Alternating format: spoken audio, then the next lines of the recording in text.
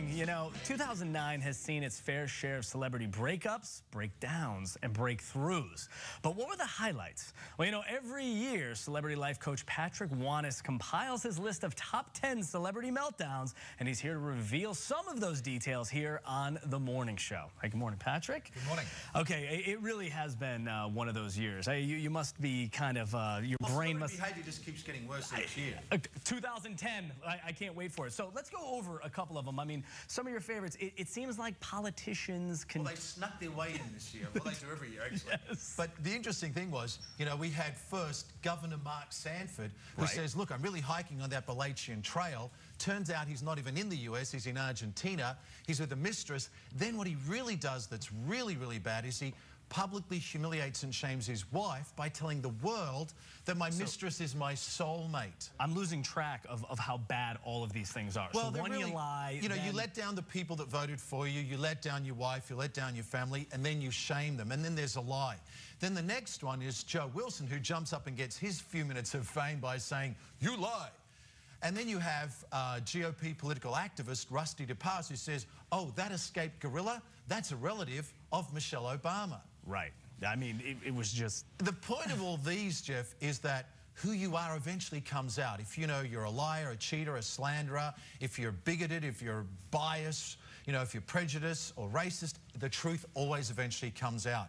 And politicians do need to live to a higher standard. I would agree with that. I mean, they are voted in. I mean, is this one of those things where you would offer, I mean, advice to, I mean, what would you say to the governor now?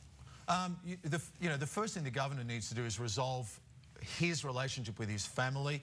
Then he needs to try and heal the relationship with the public, which is not easy because you have to start all over again to win back their trust. Once trust is lost, it's sometimes almost impossible to regain. Right, right. Okay, so then we go from politicians.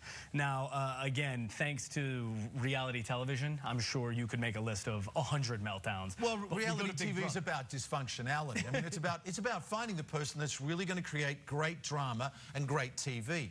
And number 9 on my list is Adam Jasinski, who won Big Brother 9.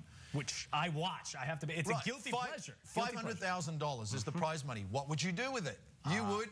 I'd buy my parents a house. Well, he decided to reinvest it, and he didn't buy a house. He bought a few thousand pills of oxycodone and then started reselling them. So he literally became a drug dealer. So, again, money makes you more of who you are. The more money, more of who you are comes out. So again, the truth about who he is also came out. Okay, now again, we keep it in the TV realm. Letterman. I mean, we spent a lot of time talking about Letterman. I mean, it was like each day it was a page turner. I mean, you couldn't actually write this. The irony here is that David Letterman's the one that's usually making fun of other people's meltdowns, and here he is now saying to the world, look, I know it's creepy, and I actually had sex with my staff members. Yeah.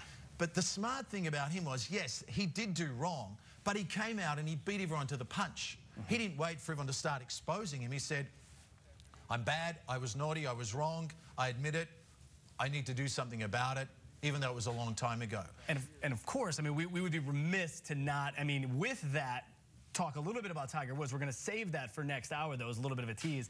I mean, I personally have to ask you this because I was reading up on what you do and what you talk about. But you've got these 5 core emotions. But talk to me about that. Talk to me about the 5 core emotions. Love, lust, hate, fear, and pleasure. That's from our reptilian brain. That's, you know, one of the oldest part of our brain. Before we had the ability to know what's right and wrong, we basically... we're living off those 5 core emotions. And when you see that in society, it's because instead of progressing, we're regressing, where we're not actually taking control of our emotions. We're not using logic and the ability to separate right from wrong. All right, fantastic. And it does seem to me, I mean, I'm no expert, it seems like there's a lot of lust out here on this meltdown list. All right, well, thank you very much, Patrick. Stick around because later in the show, we'll count down to the top celebrity meltdowns in 2009. And if you just can't wait, why don't you head on over to southflorida.com and click on the go button where you can get the entire list right now, or just wait for us.